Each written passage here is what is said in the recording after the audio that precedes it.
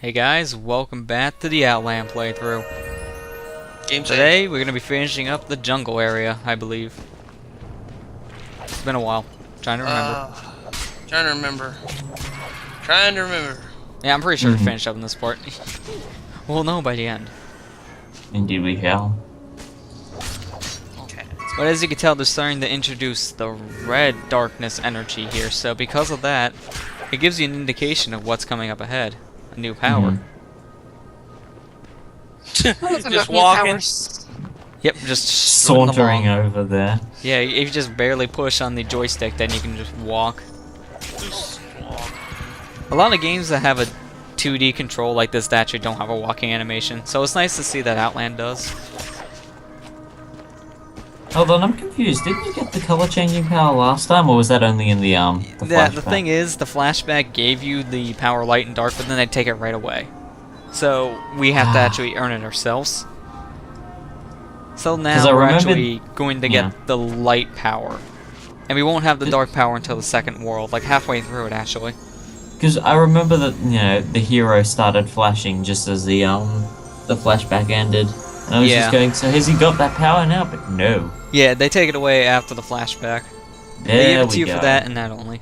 That's dumb. The man who would well, they teach it to you there and then they take it away, so it's a very love-hate relationship for that one.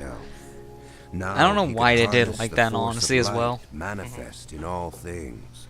With it, he could but it makes sense for the demo because that's how far you play into the demo. The demo ends the second you reach the sisters.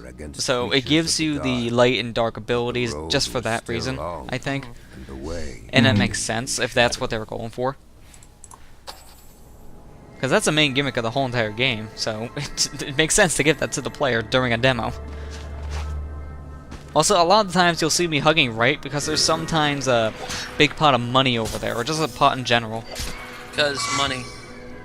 And a nice little thing to know now is if you see any of the yellow enemies, if you just attack them once, it's a one-shot KO. Ooh. But all the other ones, it takes more than one shot. Like the red spiders take 3 still. Okay. But, ow. Just Screw it, just go. Just trucking it. Just, you know, just trucking it. You could wait it out, but it takes a lot longer. And there's a checkpoint right up ahead, too. If you die, you get reset to the checkpoint with whatever stuff you had hitting it. So if you collected, like, say, 6,000 in money, and then you die when you had 7,000, you go back to 6,000. Yeah, that's... So that does help, but it does hurt you if you're not careful. And those purple things are the co-op things. Yeah, those are the co-op events. So if you had a second player, you can actually do that. That sucks that, it, like I said in the last part, it's online only. Because this could have worked for local co-op, no problem. Just waiting patiently. I just hope that one day as a patch they make it local, but they haven't done it yet, and this game's been out for about 2 years now, so I hope for it, but I don't know if they will. There's other games it would be a pretty big There's other games we're waiting for patches for, right, well, Angie? That's the thing. Some of them actually got them. Like at Scott Pilgrim vs. the World, so many people wanted online co-op, and they just got it. But it's DLC, that's the thing. Yeah, it's DLC, so you gotta pay for it, which is stupid, but it's still there now. Because it wasn't an original feature, so they're making you pay for something new. Developers are greedy. Very greedy. Well, some developers are so stupid, like this one particular game, they gave you DLC characters, but the voice clips they have are all fucked up. Like, they'll have another character for that DLC character's voice clips, and you're like, what? That's not the character.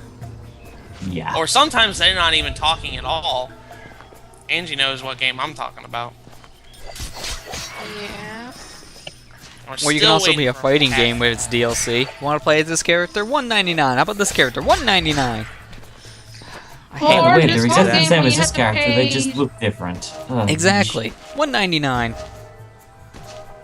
For this one game, we have to pay for all the characters. Yeah, it's stupid when they do that. If it's a free-to-play game, it makes more sense, even though it's still stupid, but... just when they do that, it's a rip-off. Because a lot of the times they don't really change the character attributes or sometimes even the look. So it does feel like a waste of money. Or the concept of disc locked content. Oh, that's the worst kind of DLC. Because then you can't do anything with stuff that's already on your disc. It's needing a key. I paid for it, I should be. Which is why a lot of people kind of find a way to hack the systems to get around that. That's illegal, but because of how stingy the companies are, you can kind of understand people's reasoning. Well, I mean, I wouldn't do it though, it's but like I'm gonna bring up the cases like I've already paid for this. Everything that's on this disc, everything on this disc is mine. I should have the right to it. yeah, but if you do that, then they don't really think the same. Oh, of course they don't think the same. They want more of your money. Exactly. Also, these crystals of life are really useful, because if you know there's one up ahead, then just destroy all the hearts and tank the damage, because you'll be fine. Since they heal you for as long as you stay there, and they really do heal you up. Indeed. That definitely comes in handy. Did this Yeah. game even have DLC? No, it didn't. Okay. It had, like, avatars and such, but that's not DLC, that's just extra content for your system. Yeah. Like, I know I had a extra, like, buck or two on the PSN, I couldn't really use it for anything, so I just downloaded an Outland avatar. Because I have those.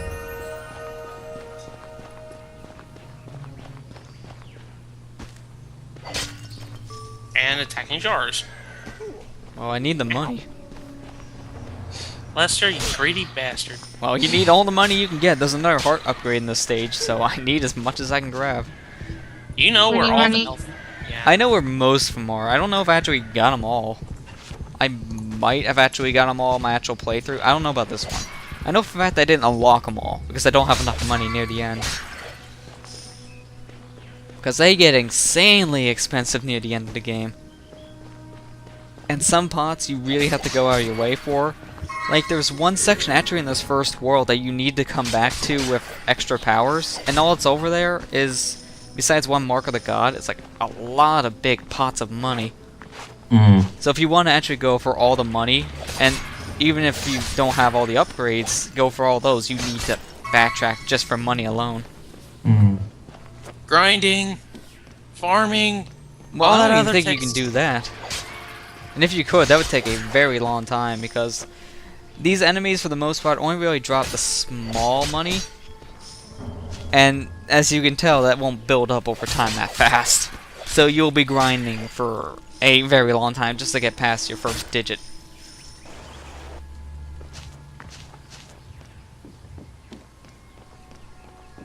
In fact, I think that there's actually an achievement in the game where if you collect like 1,000 in money, then you get an achievement for it. Wait, no, not 1,000. That'd be way too easy. 1,000,000. 1,000,000. If you get, I would have had it by now if it was 1,000. But no, it's 1,000,000. Wow. It's a Get your lot of upgrade. money. Get your upgrade, son. Yeah, in the beginning they hand you a lot of heart upgrades, but later on they become pretty scarce. And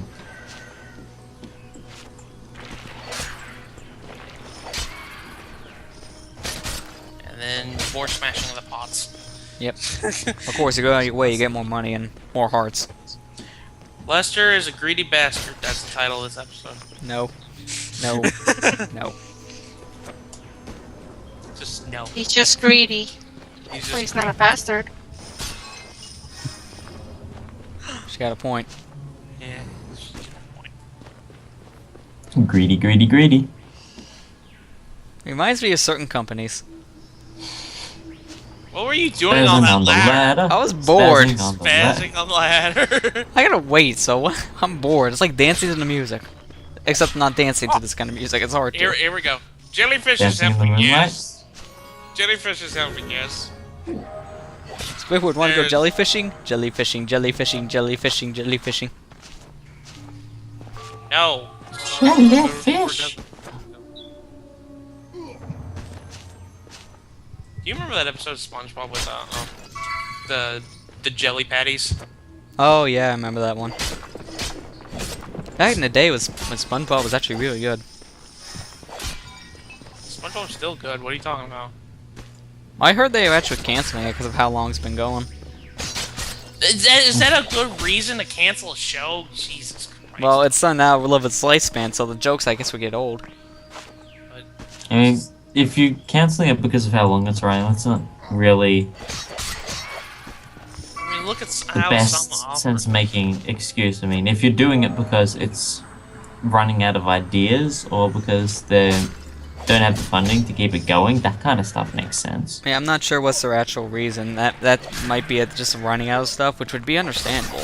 It's been going on for over 10 years. Gotta feel old. But yeah. It was a pretty good show when it first started, that's for sure. But I look at some of the newer episodes and I look at them and I'm saying, this is not as good as it used to be. Well, a lot of shows have that issue. But some shows actually do stop because they've been going for a while. I've seen some that do that. In fact, one of the shows I was watching on YouTube did that. You guys remember, is it a good idea to microwave this? Uh-huh. Yeah, I remember they stopped because the show was going on for long enough. Okay, They said that it was going on for a long time, that's why they stopped. I think the actual reason was they're running out of stuff to microwave. They microwaved a light bulb like 5 or 6 times in the past year, I think. Probably had an awkward moment where Mythbusters was overlapping with stuff they were doing. They were going, darn it, there's our market gone. I just found out that there is a reviewer on YouTube.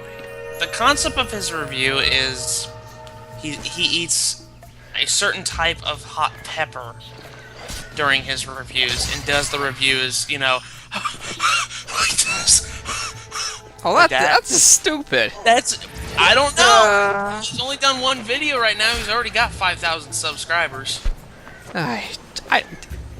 This is the internet we're talking about. It's getting bad. You start a channel when the first day you have no one watching, you can get paid. And a crap load of views later. But okay, this is what I'm saying. I was saying that's not gonna last very long because the gag is not gonna last very long. Oh yeah, exactly. I mean, it gets old pretty fast. But yes, this is the first boss in the game, and he's gigantic, so makes you look like a pipsqueak. It's a rock titan. I think he said he was a rock type. No, he's a rock fire type. But anyways, this guy's extremely easy if you just continuously attack and don't worry about taking your hits. Because as you can see, he's already down to more than half his health. So I'm gonna be pretty much not showing most of his attacks. Because he can summon little spiders, he can have a bunch of dark and light energy rain down on you, he can slap you with his gigantic hand. I barely show any of I it. think this guy was actually named the Golem, if I remember correctly. I think? I'm not exactly sure. And this is the only boss fight in the game you actually get rewarded with a power. All the rest, they just take you back to the hub. But it's a good thing to do this because you kind of need this. It's basically your ground pound. Just called ground stop.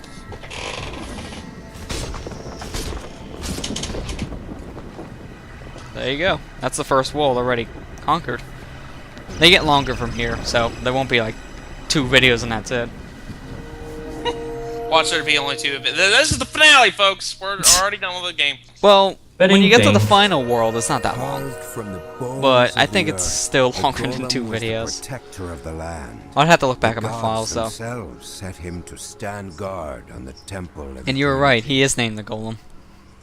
Because when you beat them, they will give you the whole other backstory, and it tells you what the boss name is. For love of the prisoners of time, he forswore his sacred duty. Now he crumbles into naught but rubble and dust. Unfortunate. It's very unfortunate, especially because he barely did anything. He was like, take me, dead. Yeah. 2 cycles even. Just it's very fast. And there's a mode in this game where you can just play the stages and get your best time. It's a time attack, but it's really, really tight for time. And that's the only one I really got beat, mainly also because of how easy that first boss is to beat fast.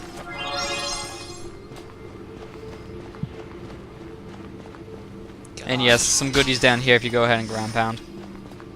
Nothing else. What? There are little goodies like this sometimes in the hub, but there's far and few between. Mainly because it's so compressed. Grab that jar, because money. Yeah, it's like, well, I gotta wait. Smash a jar while I wait. Nothing else to do. I got nothing better to do. Just More smack money. freaking- Exactly, more I money. just need more money. That's all I need. Free money. But with that, we go ahead and enter the second world in the game. But we'll conquer that in the next part. So, we'll see you guys in part 3.